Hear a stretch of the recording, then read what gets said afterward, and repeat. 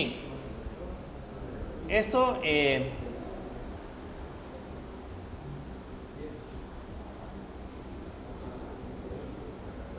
eso es importante que lo recuerden siempre, cómo se establece la conexión SSH, porque pues así lo vas a seguir realizando durante estemos trabajando con servidores Linux.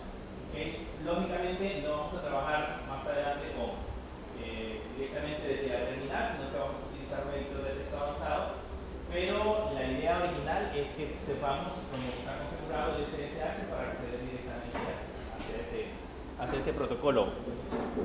Bien, empecemos la semana pasada, en la clase anterior. Por acá estuvimos configurando Apache. ¿Se recuerdan que para instalar Apache, lo único que hicimos fue colocar un sudo apt install Apache 2 y después con el status verificábamos el estado del servidor y luego utilizando un curl localhost veríamos el contenido del servidor como tal. Eso es lo que vimos en la clase pasada, instalamos Apache. ¿Qué dijimos que era Apache? Apache es un servicio dentro de Linux que sirve como servidor web. Lo que hace este servidor web es recibir peticiones HTTP, recuerdan como lo que vimos en el ciclo pasado, recibir peticiones HTTP y devolver de esas peticiones HTTP contenido HTML. Lo que nosotros recibimos en el lado del navegador, al final de cuentas, sigue siendo contenido HTML. O JavaScript en el caso, o CSS dependiendo del contenido del archivo. Pero básicamente las peticiones llegan cuando yo escribo en mi navegador el nombre del dominio, él hace una petición a un servidor de ese tipo, en un puerto específico y desde ahí hace el proceso de conexión. Ese servidor puede estar en cualquier lugar del mundo, puede estar puesto en cualquier servicio de la nube y nosotros podemos acceder a él, a ese servicio directamente desde la IP. Ahora, ya lo configuramos. Vimos en la clase anterior que lo que hicimos fue instalarlo y por ahí utilizamos el comando curl para poderlo visualizar y de hecho vimos la página web desde la parte del navegador, pero vamos a hacerle algunas configuraciones adicionales. Primero, el index que logramos ver se lo voy a poner en el navegador.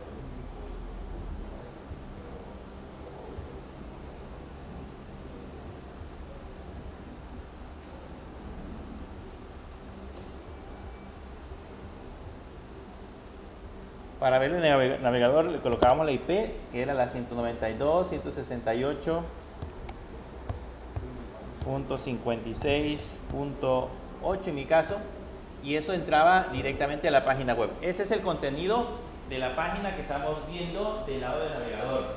Ahora, ¿dónde se encuentra esta página web? ¿Dónde se encuentra ese contenido? Vamos a regresar directamente a la parte de la terminal y vamos a navegar a una carpeta. El contenido que estamos visualizando se encuentra dentro de esta carpeta.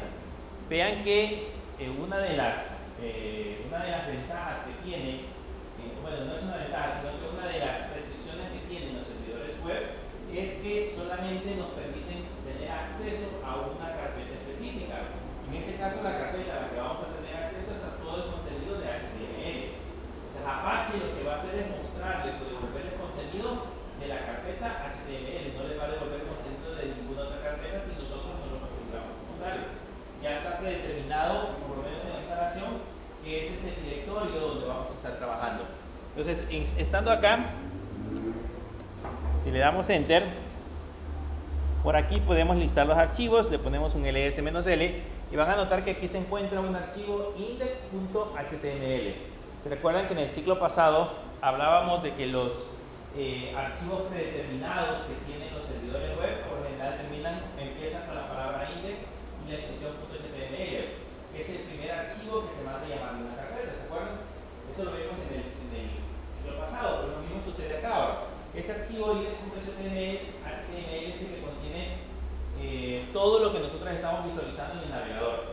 Entonces lo que vamos a hacer es vaciar ese contenido porque pues no nos sirve de mucho. Vamos a trabajar con nuestro propio sitio web.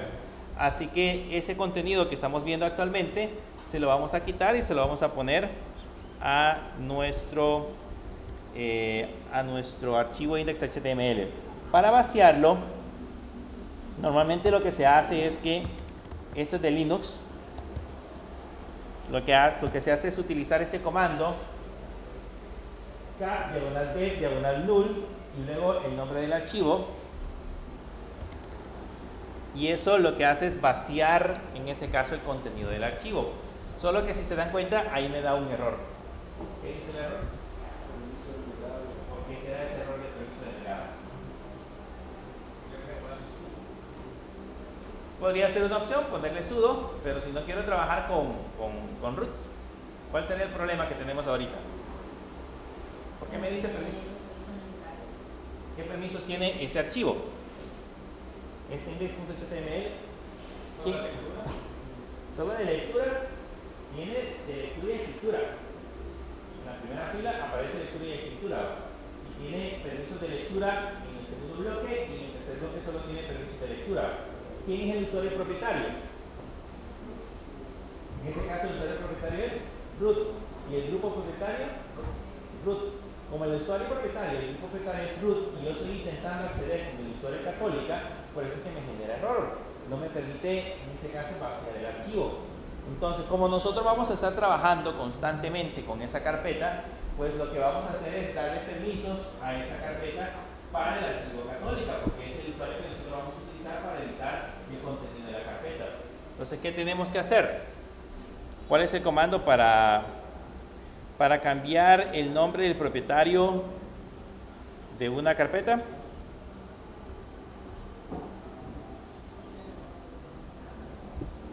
Ajá. ¿Si ya vieron Linux? Voy a irme a una carpeta anterior y estando acá le voy a cambiar el propietario de la carpeta HTML. Si se dan cuenta, la carpeta HTML, el propietario es root. ¿Cómo hago para cambiarle el usuario propietario? Linux. Ya se olvidó Linux. Bueno, aquí lo vamos a recordar dónde es. Y para cambiar los permisos, ¿sí? Si se acuerdan. Tampoco.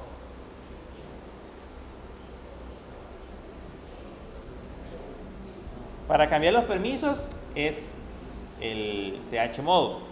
Y para cambiar el usuario propietario, que es lo que nosotros queremos, es el comando este. Entonces le vamos a poner "-r" para que los permisos sean recursivos. Eso significa de que se lo aplique tanto a la carpeta principal como a todos los archivos de su carpeta que tengan ese directorio. En ese caso, la carpeta lo que se lo vamos a aplicar es a la carpeta HTML. Y le vamos a decir que el usuario propietario sea católica y que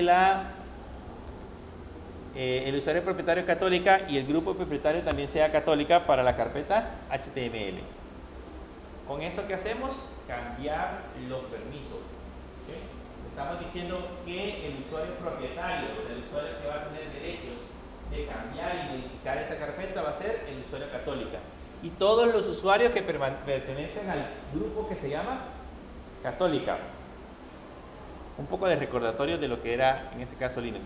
Pero como es operación, esta sí debe de ser ejecutada con sudo, le tenemos que poner sudo ahí. Y ahora sí, ya lo cambiamos. ¿Okay? Si revisamos ahora los permisos, si se dan cuenta, para la carpeta HTML, el usuario propietario ahora es católica y el grupo propietario es católica. Ya funciona. Y si entramos a la carpeta HTML, en la carpeta HTML van a notar que también para el usuario, para el archivo index.html, el usuario propietario es católica y el grupo propietario es católica. Entonces ya está funcionando. Ahora sí puedo poner el comando cat, diagonal dev, diagonal null y ponerle el signo de mayor que y ponerle index.html. Permiso denegado.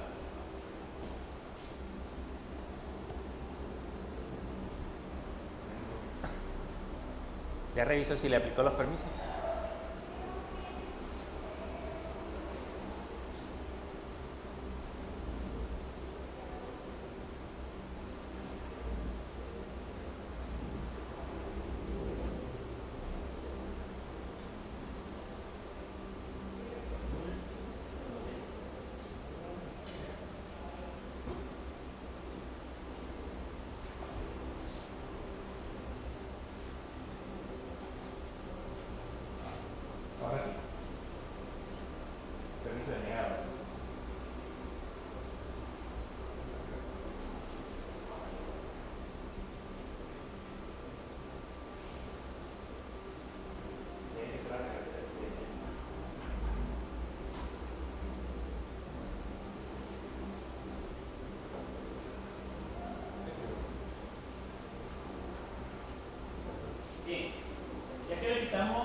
contenido, significa que ahora el archivo está vacío.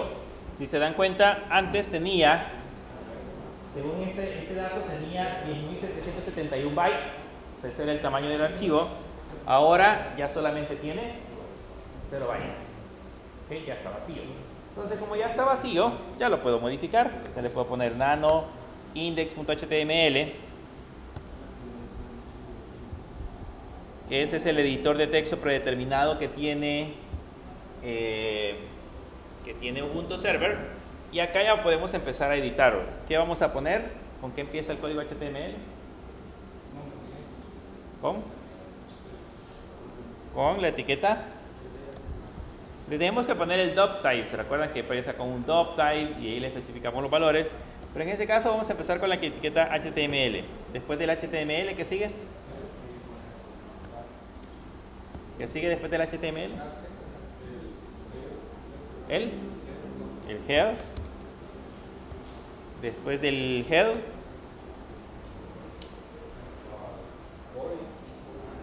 antes del body. ¿Ahí qué le puedo colocar dentro del head?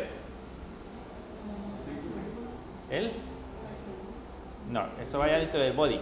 Un título. ¿La etiqueta cómo se llama? Y aquí le vamos a poner instalación de Apache.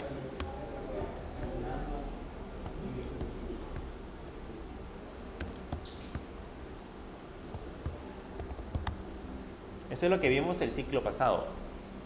¿Okay? Ahora, después de hacer eso, tenemos que cerrar el head. ¿Qué sigue después del head? El body. Y ahí dentro del body, ahora sí ya le podemos poner un H1. Y en ese H1 le vamos a poner hola mundo. Hola mundo en HTML para Apache. Ahora cerramos el body y cerramos la etiqueta HTML.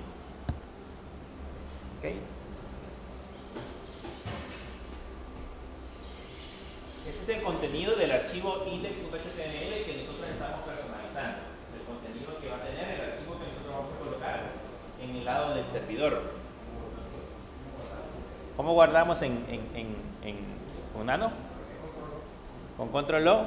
Aquí ya terminado de editar el texto, presionamos Control O y aquí nos va a pedir de nuevo el nombre del archivo en la parte de abajo. Lo vamos a dejar tal cual está, solamente le damos Enter y para salirnos con Control X. Con Control O guardamos y con Control X cerramos. Ya tenemos editado el archivo. Entonces ahora vamos al navegador y en el navegador actualizamos la página.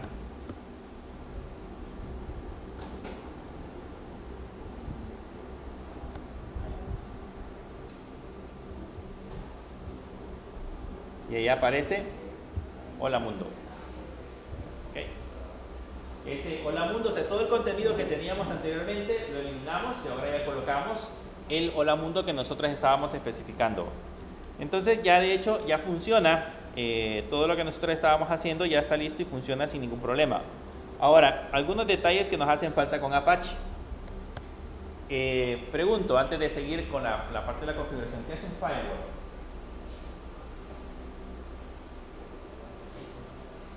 Firewall para el fuego. Traducido, sí, es la pared de fuego. Pero, ¿qué hace en informática? ¿Para qué sirve o qué hacen?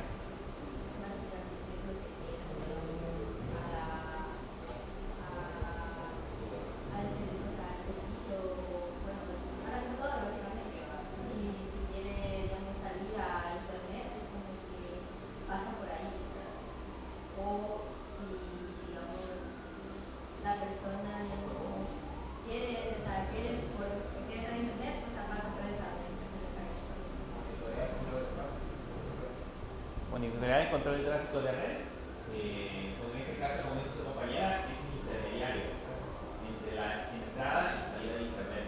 Entonces lo que hace en este caso es verificar que lo que computadora. ¿Alguna vez les ha tocado que cuando instalan algún programa de su computadora les dice de que el firewall se va a agregar a alguna entrada al firewall y que si lo quieren permitir? Entonces, si uno normalmente, a veces no lo lee, solamente le da a continuar, solamente acepta y aplicar el cambio. Pero la idea es saber qué es lo que estamos habilitando.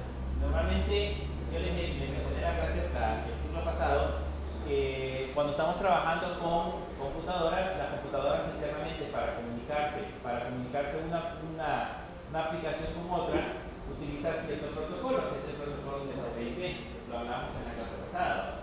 Ese protocolo TCP/IP, para que cada máquina tenga acceso o se pueda comunicar con ella, le asigna a cada computadora un IP.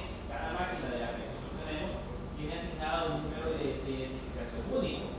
Y además de eso, para que cada aplicación se pueda comunicar, tiene una serie de puertos. Sus computadoras son puertas, digamos. Su computadora tiene alrededor de 65.535 puertos disponibles, puertos lógicos disponibles.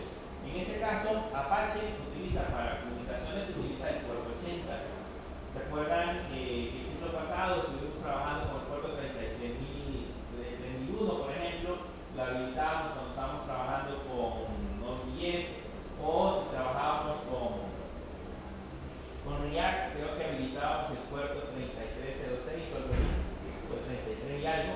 Bien, esos son puertos que se habilitan para que las aplicaciones se puedan comunicar. Pero, ¿qué es lo que hace el firewall? El firewall lo que hace es de que bloquea esos puertos. Esas entradas que nosotros tenemos en nuestra computadora son bloqueadas. Por eso es que en el caso, si ustedes tienen un antivirus en su computadora, cada vez que una aplicación intenta abrir uno de esos puertos, se los notifica, porque ese puerto es a través del cual una persona, un extraño, puede llegar a su computadora. Entonces el firewall es como su nombre lo dice, es un intermediario que permite o bloquea las comunicaciones directamente a su computadora. ¿Okay? Eso es lo que hace en este caso el firewall. Y existen firewalls lógicos, que es el que tiene su computadora, su máquina, todas las máquinas Windows tienen un firewall instalado, y existen firewall físicos, que ya son equipos como los que nosotros vemos en los centros de cómputo, que ya tienen configuraciones más avanzadas. Por ejemplo, acá cuando ustedes intentan acceder, no sé si todavía está bloqueado, pero cuando intentan acceder a contenido que no está permitido en la universidad, les aparece un bloqueo. Y eso lo hace generalmente un firewall. El firewall es el que se encarga de bloquear ese tráfico. Ahora, en el caso de Ubuntu Server, de manera predeterminada, el firewall lo tiene deshabilitado. Eso significa que cualquier petición puede llegar a mi servidor y cualquier puerto que esté disponible, el firewall lo va a permitir, lo va a dejar pasar. Entonces, ¿qué tenemos que hacer nosotros? Debemos de trabajar con el firewall para tratar de proteger nuestras aplicaciones. Y eso se lo voy a colocar así porque también debemos de considerarlo cuando tenemos un servidor en línea. Le voy a poner un sudo ufw y acá le vamos a poner un status. Ese ufw es el comando que me sirve para poder manipular el firewall de mi computadora o el firewall de Ubuntu Server.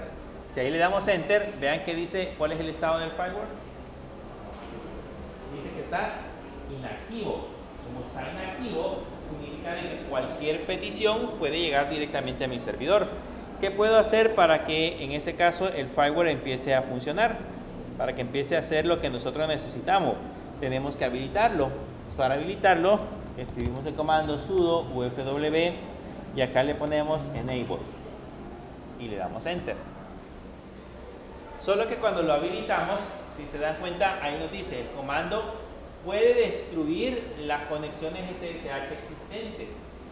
Aquí le pregunta si quiere proceder con la operación.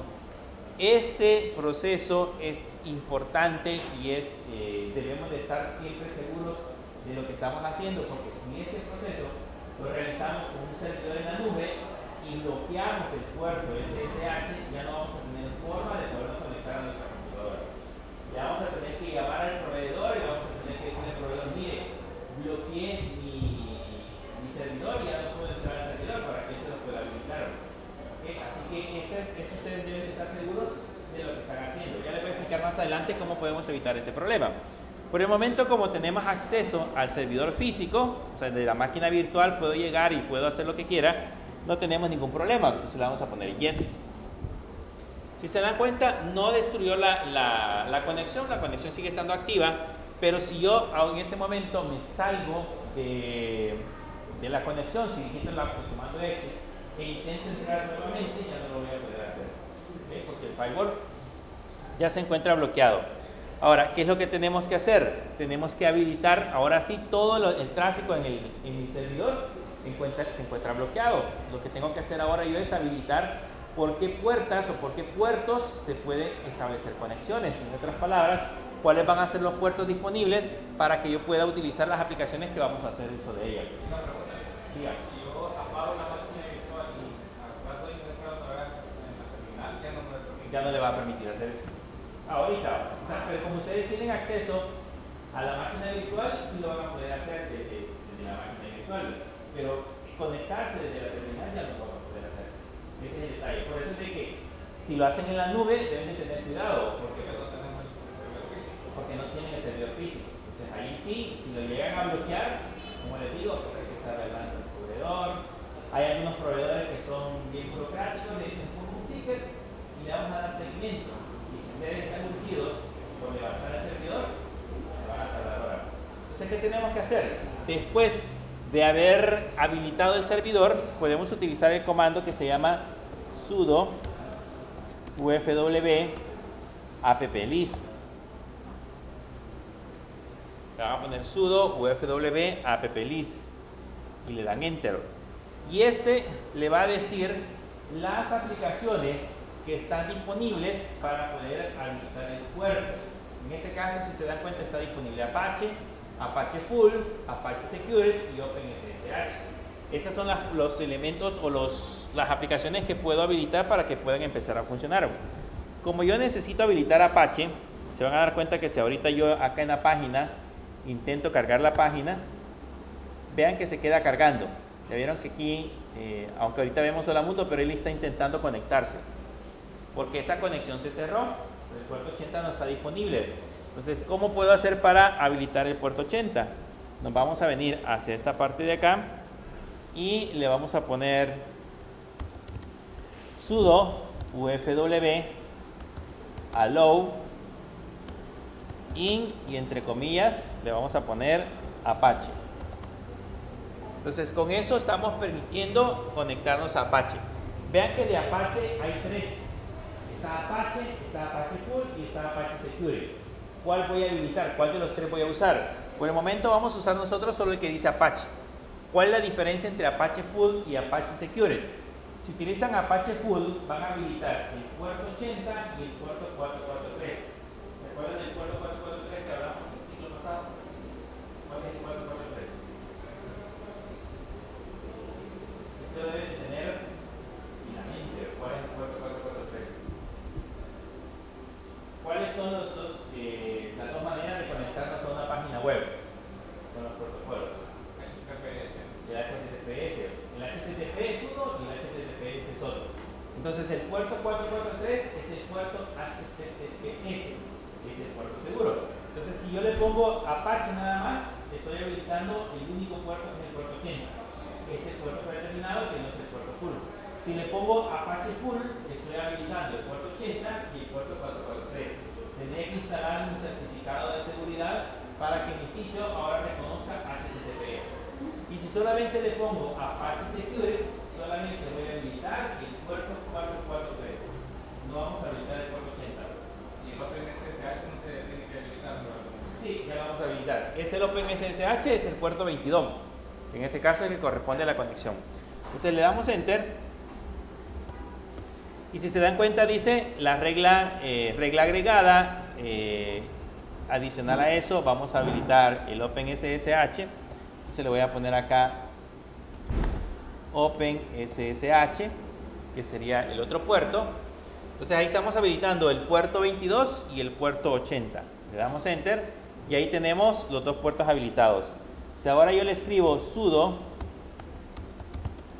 ufw status, van a notar que me dice que Apache y OpenSSH se encuentran disponibles o la conexión está permitida y le dice allow y le dice de que puede ser de cualquier lugar, de cualquier conexión podría recibir estas peticiones.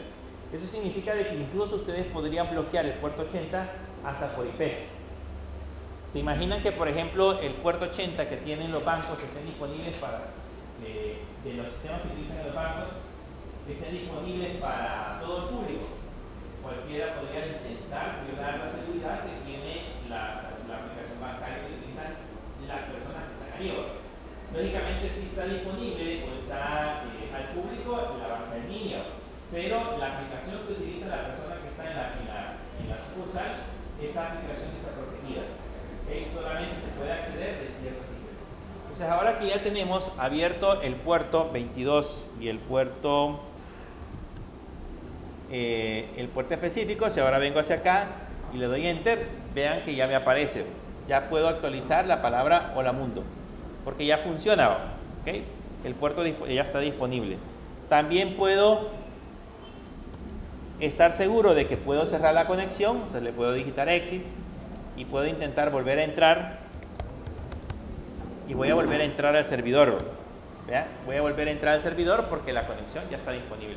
Si me salgo de la conexión, si no hubiéramos hecho el proceso de haberlo cerrado e intentar hacer este proceso después, me va a aparecer que esa conexión jamás llegaría. O sea, nunca me va a pedir el password porque en el caso el puerto se encuentra cerrado. Pero ya ahora que ya lo tenemos, ya podemos entrar otra vez a la conexión y ya está disponible. ¿Qué más podemos hacer con proteger nuestros lados, de nuestro lado la parte de los servidores? Ahora que ya habilitamos el puerto, ya sabemos que el HTML solamente tiene acceso a esa parte de la aplicación. Pero podemos revisar ahora los archivos de configuración. Como ya instalamos Apache, lo que acabamos de hacer ahorita es instalarlo de manera predeterminada. Pero por seguridad tenemos que ir a revisar aquellos archivos de configuración para cambiar algunas posibles configuraciones adicionales que queremos hacer. ¿Dónde se encuentran esos archivos de configuración? Generalmente esos sí los tenemos que trabajar con Nano. Se encuentran dentro de la carpeta etc, dentro de la carpeta Apache 2. Y si se dan cuenta, ahí están todos los archivos y las carpetas donde yo puedo hacer procesos de configuración de Apache. ¿Qué es lo que vamos a hacer? Vamos a configurar, vamos a revisar, por ejemplo, apache2.conf. ¿Okay? Solo lo vamos a revisar y les voy a enseñar algunas cosas que vamos a encontrar ahí hoy. Le damos enter, como es con sudo, le ponemos la configuración y vean, este es el archivo que contiene todas las configuraciones que normalmente trabajamos dentro de la aplicación. Lógicamente, para poder modificar algunas hay que saber qué es lo que quiero modificar. Por ejemplo, este es el tiempo de espera de una conexión. Dice que nada más el tiempo de espera está representado en segundos.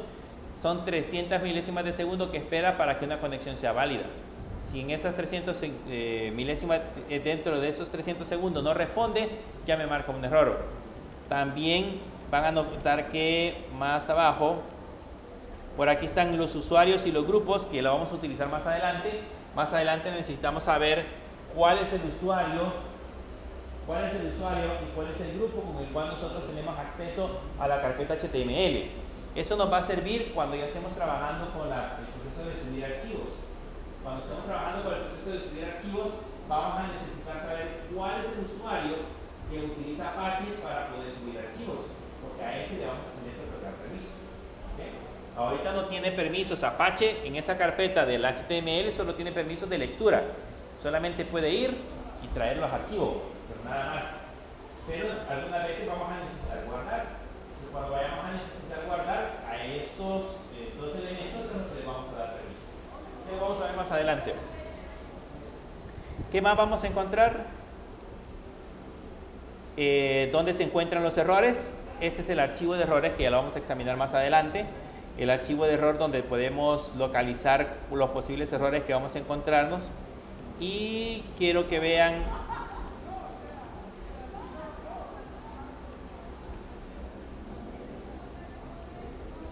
hay una opción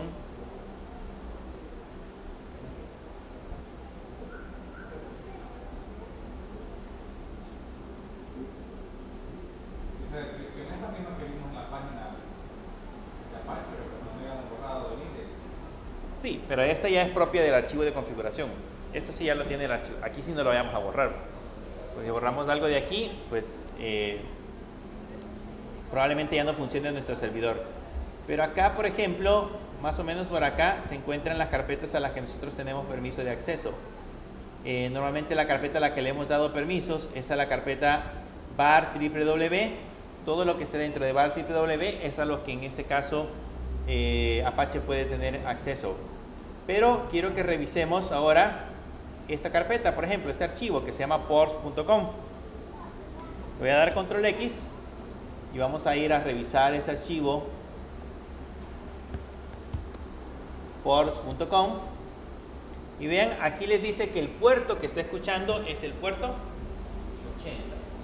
Si por alguna razón nosotros ya no queremos utilizar el puerto 80, sino que queremos utilizar un puerto diferente, desde aquí lo puedo cambiar. Entonces le podemos poner, digamos, ¿cuántos puertos les dije que teníamos? ¿Cuántos hay? No, disponibles en la computadora.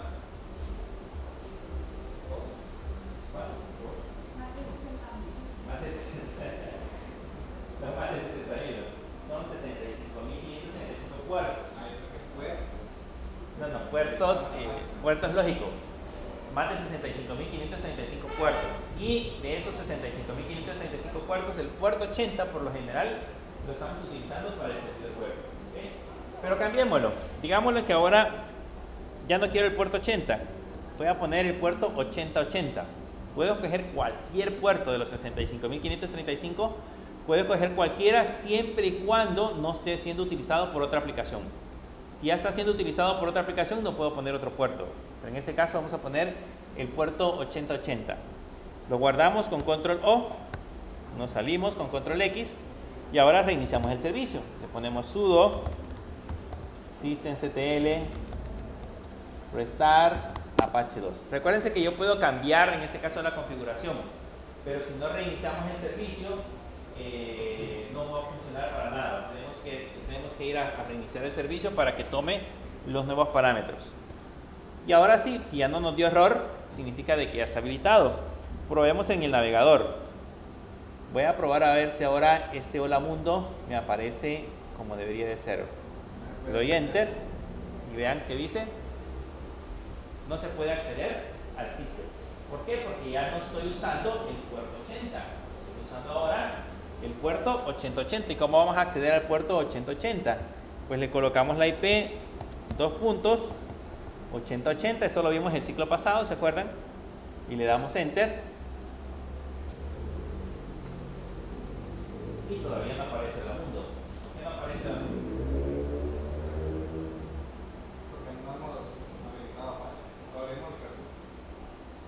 Ya lo reiniciamos.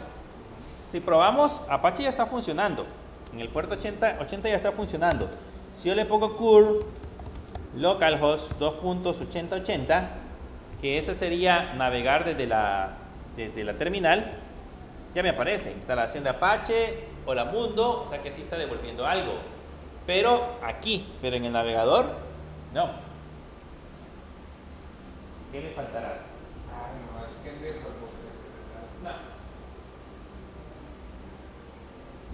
Ya.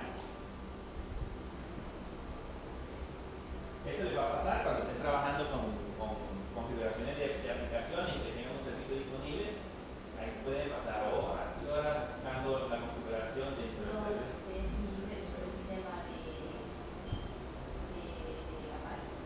Ya, Apache ya está reiniciado.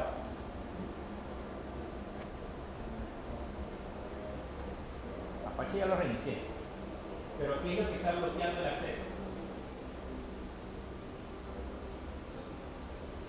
Por darles un ejemplo, ahorita sí, puede ser una razón. ¿Perdón?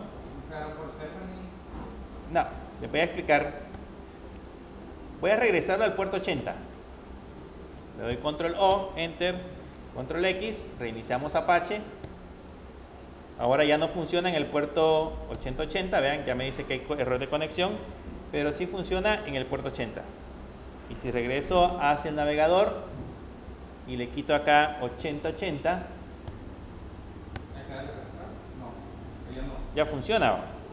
Pero es cuando lo cambiamos al puerto 8080 y reiniciamos Apache. En local sí funciona. Vean, en local ya lo deniega, pero si le pongo 8080 ya funciona en local. Pero en el navegador, no funciona. Ahí se queda esperando. Ni idea. Ahí le terror. ¿Quién les dije que se encarga de bloquear las conexiones? Firewall. Entonces, el firewall, ¿qué puertos tiene abiertos? El 80, El 22. el 22, solamente esos dos únicos puertos. Si yo le pongo sudo ufw status, me dice que tiene habilitados el puerto de Apache, que sería el puerto 80, y el puerto 22. ¿Ok? Como les digo, ahí podemos pasar horas y horas pensando por qué no me aparece, por qué no lo desbloquea, etcétera, etcétera. Pero básicamente quien lo está desbloqueando, quien lo está bloqueando es en ese caso el servidor. ¿Qué tenemos que hacer? Pues agregar el puerto. Un sudo ufw allow y decirle que necesito agregar el puerto 80. El puerto 8080. Ahí le damos enter. Y si revisamos ahora y le damos status, vean que ahora el puerto 80 está agregado. Y si vamos al navegador y actualizamos, ya aparece hola mundo. Si siempre lo tenemos que agregar el 80. Porque ya no es el puerto predeterminado. El puerto, si estamos usando el puerto 80, no tengo que ponerle dos puntos y el puerto, que ya es el predeterminado. Pero si voy a usar un puerto diferente, sí debo de agregar el puerto. Eso es obligatorio. Sean curiosos, cuando vayan a una entidad financiera, y hay algunas que tienen el monitor que se puede ver, traten de ver la URL de ese lugar, o donde vayan a ver a Vigo o a cualquier otro lugar, traten de ver la URL y se van a dar cuenta que es un dominio, a veces una IP pública, dos puntos y un puerto.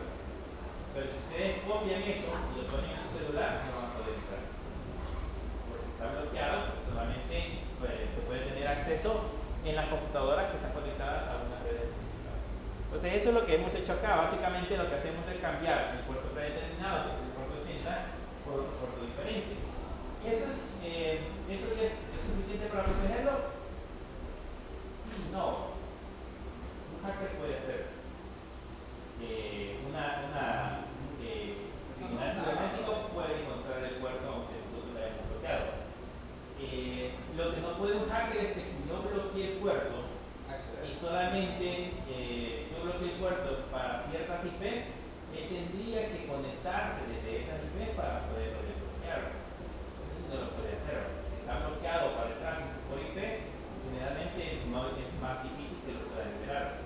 Pero si nosotros solamente cambiamos el puerto, pero siempre es público, entonces sí, pues puede llegar a ese puerto y explotar vulnerabilidades. Pero es parte de lo que normalmente se utiliza como una de las reglas para poder proteger, en este caso, las aplicaciones. Bien, ya que configuramos Apache, lo vamos a devolver al puerto 80, porque no tiene sentido que nosotros estemos colocando 8080 cada vez que vayamos a trabajar con la aplicación. Lo devolvemos al puerto 80.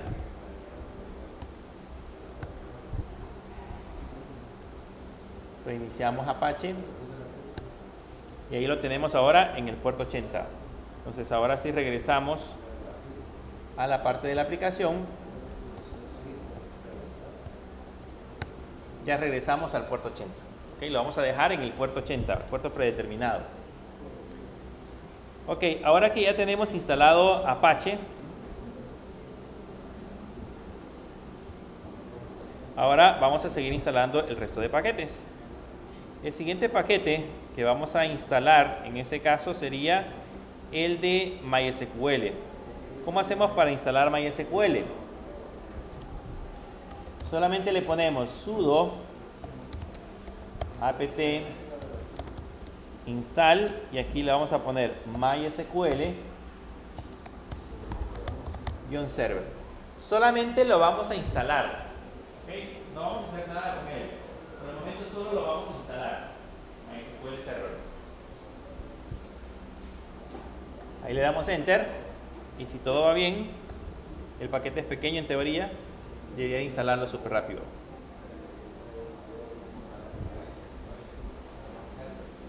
MySQL-server.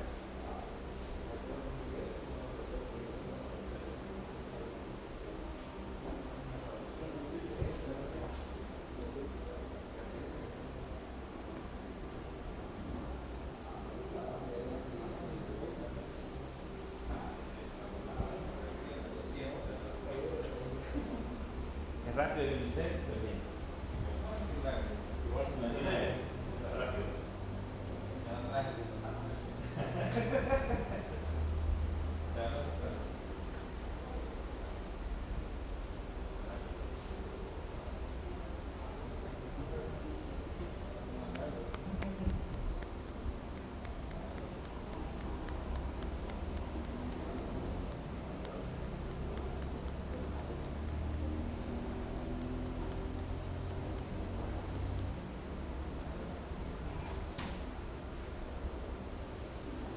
Y ahí está instalando ya MySQL.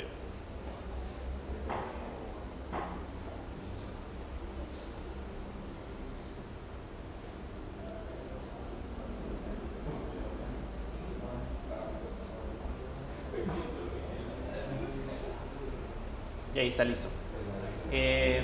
¿Usaron ustedes MySQL? ¿Desde la consola o es con el modo gráfico? Modo gráfico.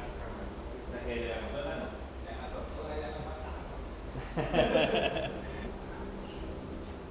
Pues la idea es aprenderlo siempre desde la terminal. ¿Cómo sabemos que MySQL es instalado? Pues podemos poner MySQL --version y ahí nos dice que tenemos instalado MySQL, la versión 8.042 de Ubuntu para Linux o Mac.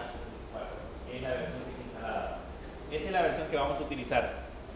¿Cómo hago para entrar a MySQL? De manera predeterminada tenemos que ponerle sudo MySQL. ¿Ya se lo descargó todo?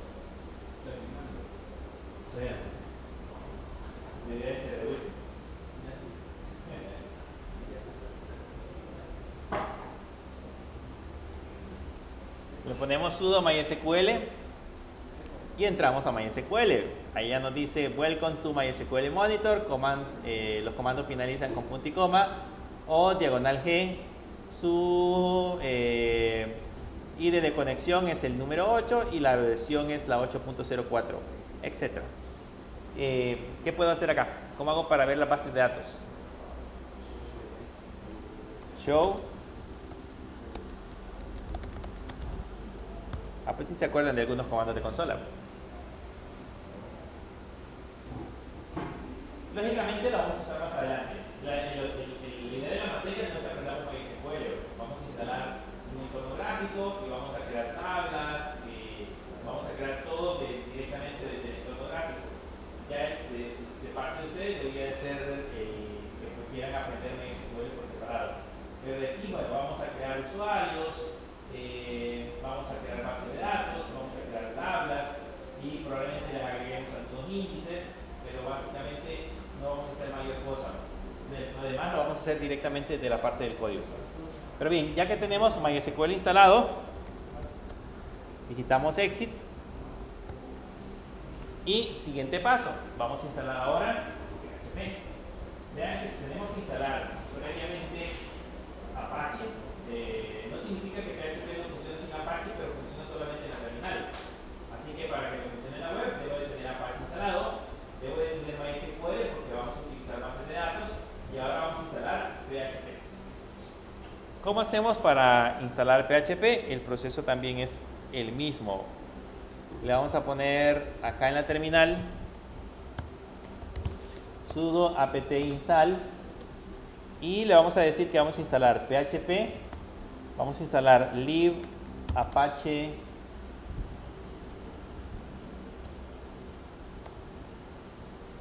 lib apache 2-mod-php. Vamos a instalar php-mysql,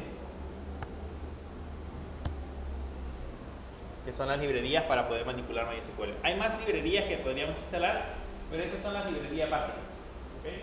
Vamos a instalar php lib apache 2-mod-php, que ese sirve para que podamos utilizar PHP junto con Apache, y php-mysql, que es el que nos sirve para manipular la parte de la base de datos.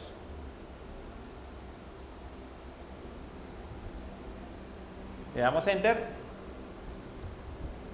y el proceso es igual. Este sí es más pequeño, tiene 24.7 megas. Le ponen Yes y ahí empieza el proceso de descarga.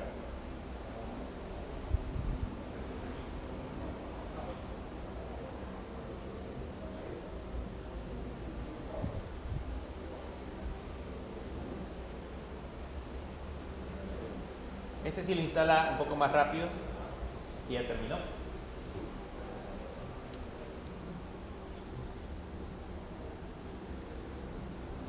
¿Ya terminó para ustedes? ¿Sí? ¿Cómo sabemos que PHP se ha instalado?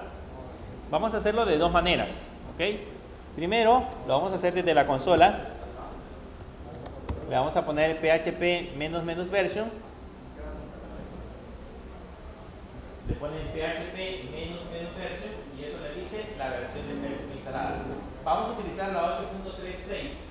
La última versión que está disponible es la versión 8.4. ¿Okay? Pero básicamente son bastante similares, así que con la versión 8.3 es suficiente para lo que vamos a estar trabajando en el lado de PHP. Este es en el caso de la terminal. ¿Por qué lo ponemos desde la terminal? Porque yo puedo ejecutar código PHP en la terminal. Eso quiero que lo sepan, porque yo puedo crear un código PHP y no necesito un navegador. Puedo ejecutar código PHP en la terminal. En otras palabras, puedo hacer código que me manipule el servidor usando simplemente PHP. Imagínense que, por darles un ejemplo, necesitamos un script que me permita ir a un servidor X, descargar un archivo, leer el archivo, tal vez el archivo es un archivo .csv, leer el archivo y escribirlo al registro en una base de datos. Entonces no necesito hacer una página web. Lo que tengo que hacer nada más es escribir en PHP que se corra desde la terminal. ¿Okay? Pero en ese caso necesitamos saber también desde el navegador. ¿Cómo sabemos que en el navegador corre? Esta prueba es la prueba que se hace siempre que estamos instalando PHP. Nos vamos a la carpeta HTML. ¿Se acuerdan que todo lo vamos a hacer en la carpeta HTML? Porque esa es la carpeta a la que tiene acceso Apache. Nos vamos a la carpeta HTML y en la carpeta HTML le vamos a poner nano-info.php.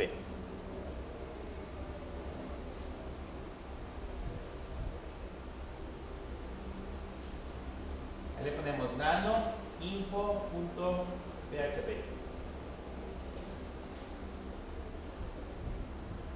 Y ahí le damos Enter.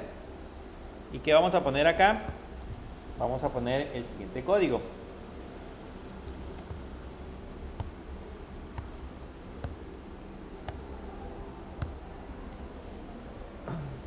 Por cierto, no se van a salvar del punto y coma. El punto y coma no era obligatorio en Java, sigue siendo obligatorio en PHP. Aquí es obligatorio en PHP.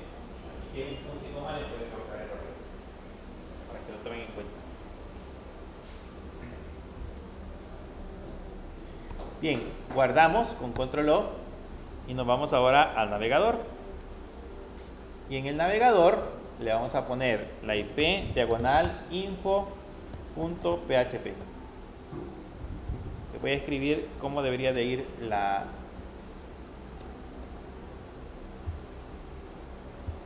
URL. Debería de ser así: http la IP que sería 192.168.56.8 /info.php. Eso es lo que van a escribir en el navegador.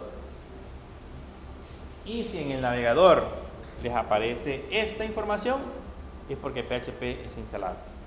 ¿Okay? Si no les aparece esa ventana, es porque PHP no está funcionando todavía.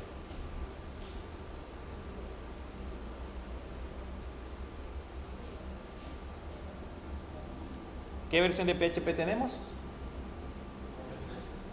La 8.3.6. Y ahí ya nos dice PHP, la 8.3.6, y les da un montón de información adicional. Pero lo interesante de eso es de que media vez aparezca esta información. Son datos del servidor. Él va y extrae toda esta información. De hecho, eso hace esa función: extraer datos del servidor y devolvernos todos estos datos que nosotros vemos acá. Entonces, básicamente con eso ya estamos seguros que PHP está instalado. Ahora, algo importante: esa función o ese archivo que acabamos de crear lo tenemos que borrar. ¿Okay? Ahorita lo vamos a dejar ahí, pero cuando ustedes estén trabajando con sus servidores en la nube, ese archivo hay que borrarlo, porque hay motores en internet que están buscando un info.php localizados en los servidores con el objeto que les dé toda esa información. Si se dan cuenta, si un hacker logra ver esa información, logra ver estos datos que tenemos acá, ya tiene un montón de información de nuestro servidor. Vas a ver que PHP, la versión 8 la que tenemos instalada, vas a ver que estamos usando, ahí dice que estamos usando Linux, vas a ver que estamos usando Apache, porque eso se puede configurar con otro servidor web que se llama Nginx. Vas a ver que estamos utilizando Apache, y vas a ver qué librerías tenemos instaladas para PHP que funcionen en nuestra aplicación. En otras palabras, le vamos a dar un montón de datos suficientes para poder explotar vulnerabilidades. Así que esto hay que quitarlo. Créanme que en muchas auditorías de seguridad muchas veces se encuentran estos archivos, y esos archivos lo primero que hacen es decirle elimínelo, porque es un archivo muy peligroso. ¿Okay? Bien, vamos a hacer ahora nuestra primera aplicación en PHP. Voy a cerrar eso y voy a crear mi primera aplicación en PHP. Normalmente en todo lenguaje de programación la primera aplicación es el famoso Hola Mundo. Entonces vamos a crearnos el holamundo.php.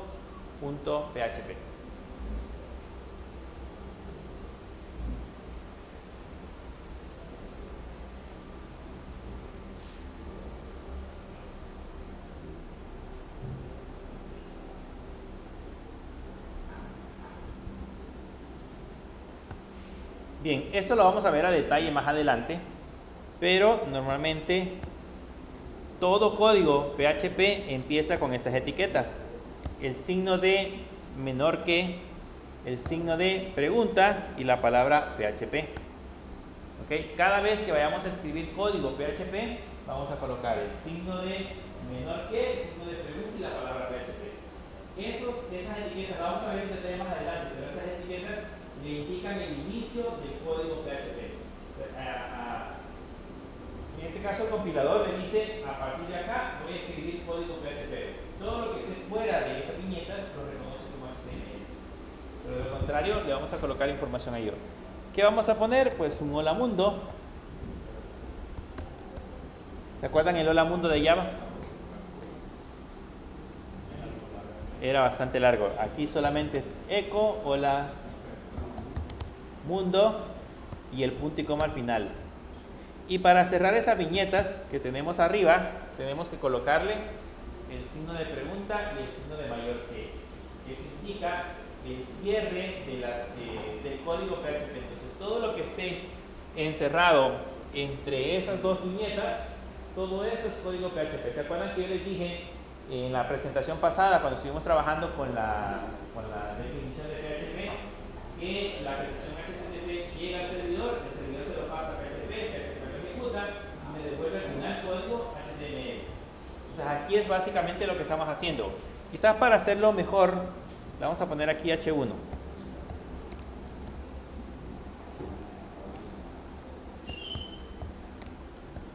Le vamos a poner un H1 para que tenga, en ese caso tenga código HTML incrustado.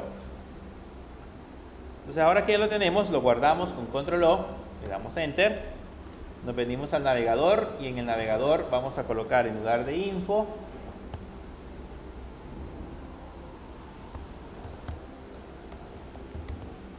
holamundo.php. Creo que lo digité mal.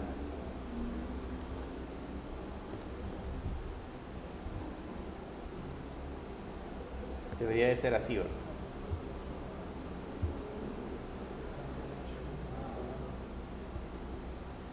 Sería la IP holamundo.php.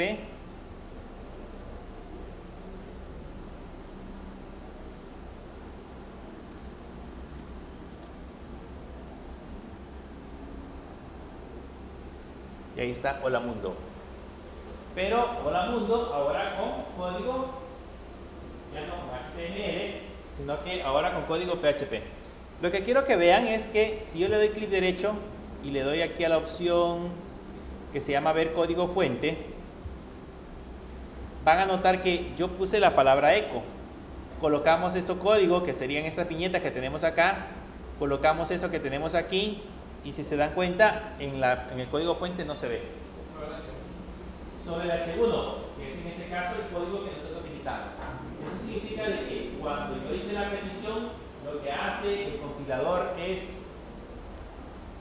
compilador es traducir estas líneas que tenemos acá y mostrarnos solamente el código HTML.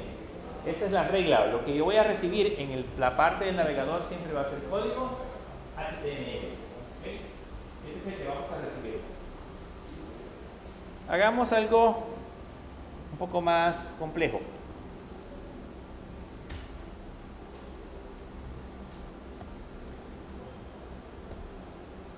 Vamos a crearnos un archivo que se llame saludar.php.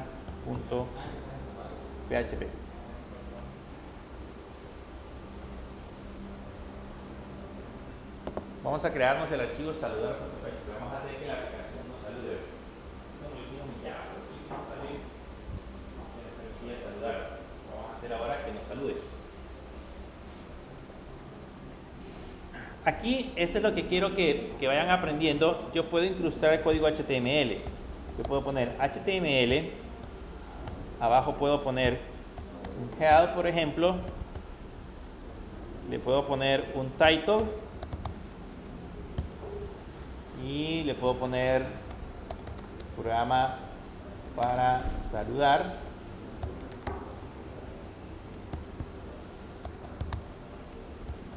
Le puedo poner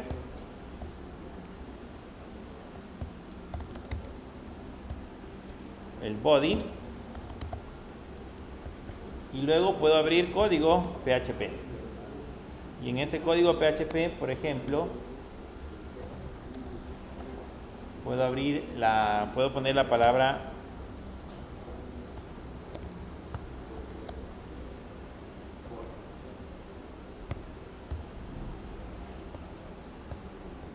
ya les voy a explicar qué significa cada una de esas líneas, pero por el momento le vamos a poner nombre igual a get y aparece el valor. Y ahora le voy a poner un eco y entre comillas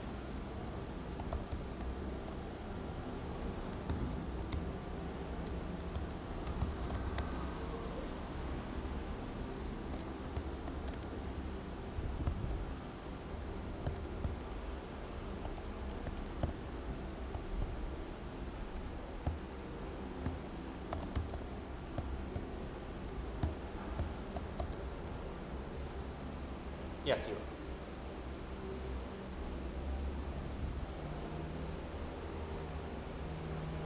Bienvenido, falta la.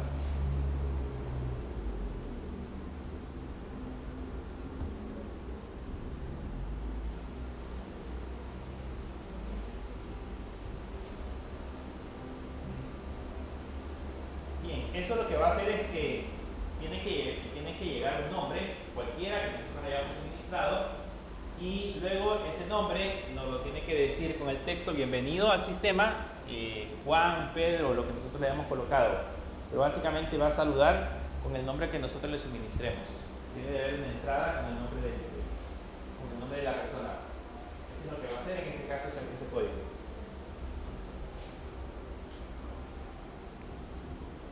Bien, ¿cómo lo ejecutamos? Lo voy a guardar con control O y enter.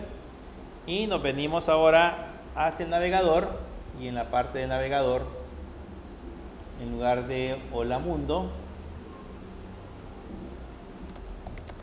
le vamos a poner saludar.php. Pero en la otra pestaña.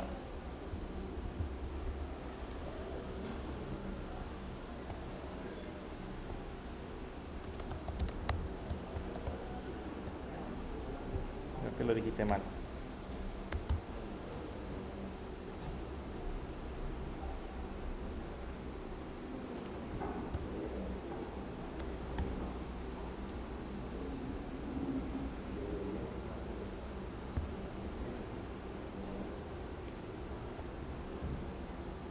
Sería así, le ponemos la IP, luego la diagonal y luego el archivo saludar.php. Lo guardamos y vamos a ver que funciona.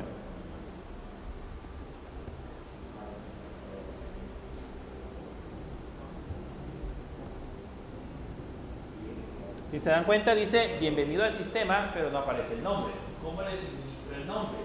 ¿Cómo enviamos ese nombre directamente a la parte de la URL? Lo que vamos a hacer es cambiar la URL.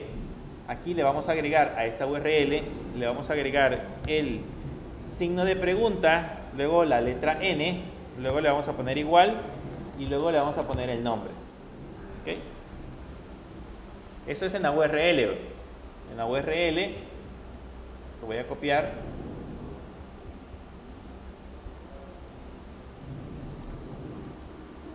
Nos venimos a la URL, lo pegamos, ya dice bienvenido al sistema y el nombre.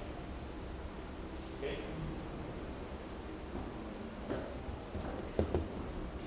Entonces ya permite saludar.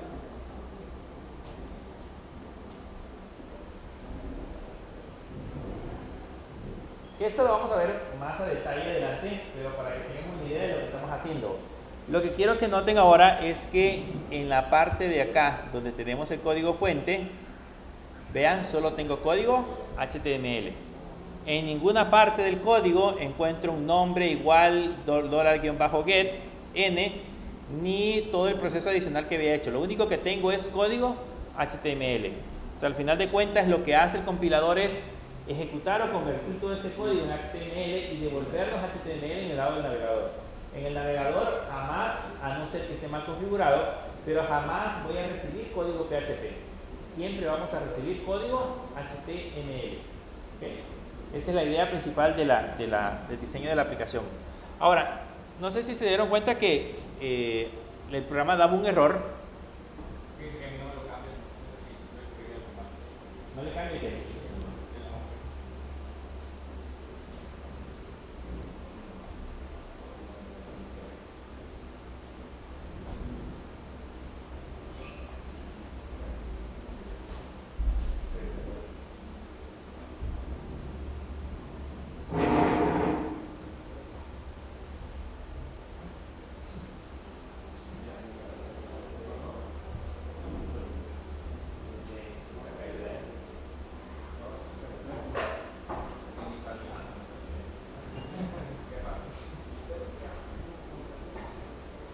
Bien, ahora que ya tenemos el detalle, si se dieron cuenta, eso tenía un error, porque pues el sistema estaba intentando acceder a esta variable y esa variable no existe. Sin embargo, no vimos dónde se encontraba ese error. Les voy a enseñar ahorita cómo hacer que aparezcan los errores para que los podamos configurar, porque si los errores no aparecen, no estamos trabajando a ciegas, no vamos a poder corregir el problema. ¿Cómo se hace para corregir los errores? Voy a regresar acá, esto también va a ser un archivo de configuración. Voy a regresar aquí, le voy a dar control X.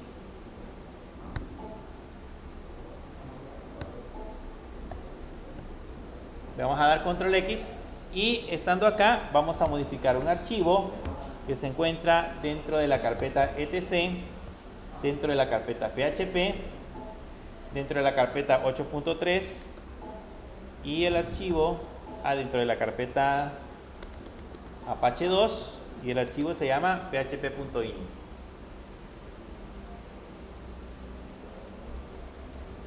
Ese archivo que vamos a modificar en este momento nos va a permitir decirle a PHP que cuando se genere un error nos muestre el error, porque ahorita se generaba un error pero yo no lo estaba visualizando y la cosa es que cada vez que me equivoque yo necesito saber en qué línea es que me he equivocado, o que me diga al menos cuál es el error que he cometido. Entonces para eso necesitamos habilitar esas opciones que de manera predeterminada están deshabilitadas. Si le damos Enter, Y ahora acá empezamos a buscar las configuraciones. Pueden presionar Control W y ahí le escriben display-error.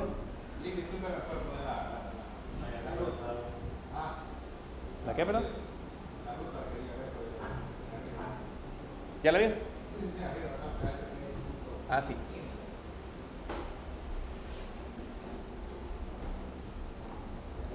O sea, cuando hayan llegado al archivo, ¿llegaron todos?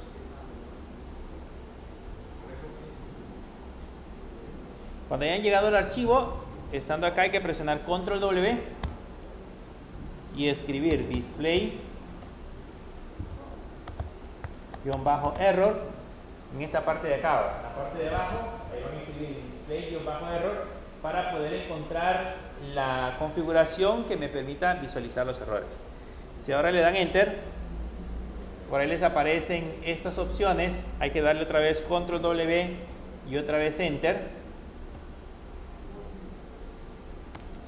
hasta que encuentren esta línea. Esta línea es la que andamos buscando. Cuando encuentren esta línea que dice display-errors igual off, ahí es donde vamos a modificarlo. Con Control W y Enter van buscando la línea. Cuando la encuentren en la línea específica, entonces en esa línea de ahí, esa es la que vamos a modificar. Les voy a mencionar que esta parte de acá me dice la directiva cómo se encuentra, cómo se debe configurar. Si nosotros vamos a estar en modo desarrollo, dice Development Value, lo vamos a poner en ON, en modo desarrollo, o sea, cuando yo estoy creando la aplicación.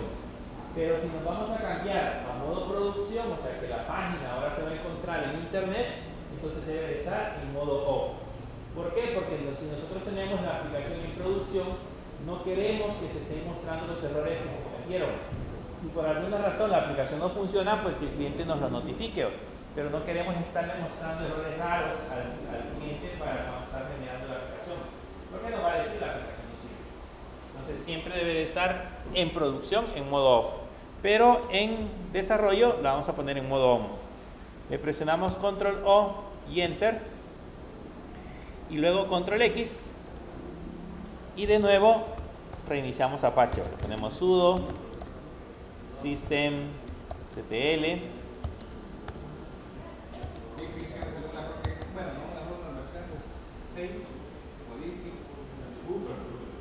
Ah, dele yes.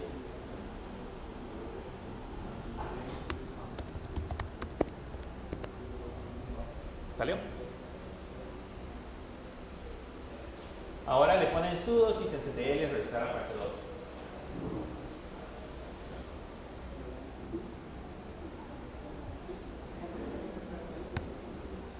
2. Y si lo hicieron bien, no les debería de aparecer, o sea, les debería aparecer la siguiente línea.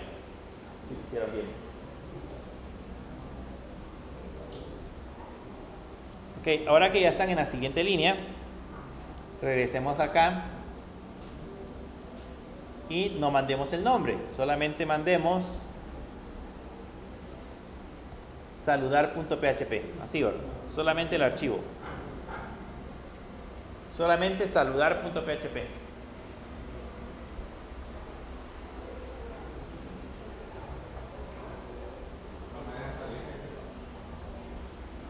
Solamente saludar.php y les tiene que aparecer ese guardo.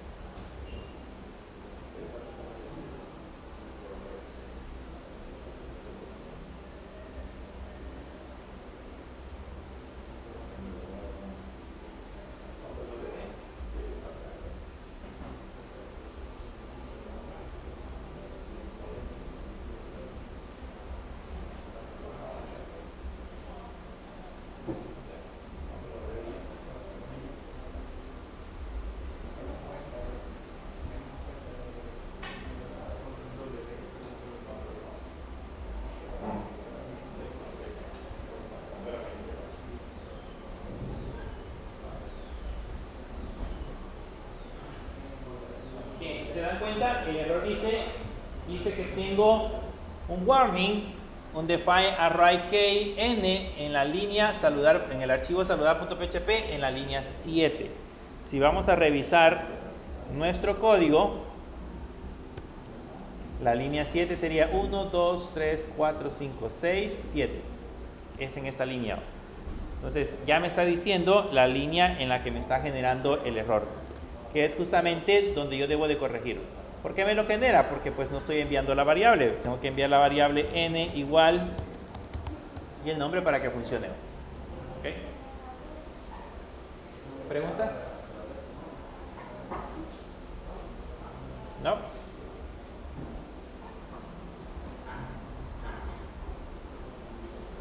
Con eso ya tenemos instalado Apache, tenemos instalado MySQL, tenemos instalado PHP. Ya con eso vamos a empezar a crear código.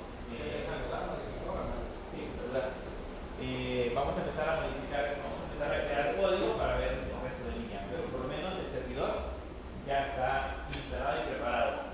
Eso es lo que hay que hacer siempre cuando vayamos a instalar el servidor. En este caso, si no queremos estar escribiendo bien igual al nombre, se puede cambiar eso.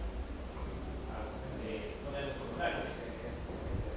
Ya vamos a ver, eso lo vamos a ver en las próximas clases. Son los métodos a través de los cuales PHP o en este caso el navegador le permite enviar información al servidor. Aquí no es, digamos, como lo hicimos en Java, que se acuerdan que en Java aparecía el cursor y yo digitaba el nombre y ella me podía saludar. Aquí todo lo hacemos pensando en el navegador y lo que el servidor va a recibir. Pero eso lo vamos a ver en las próximas clases y vamos a analizar cuáles son los métodos de comunicación que utiliza en el caso de PHP para poder comunicarse con el navegador, en este caso, para poder obtener información.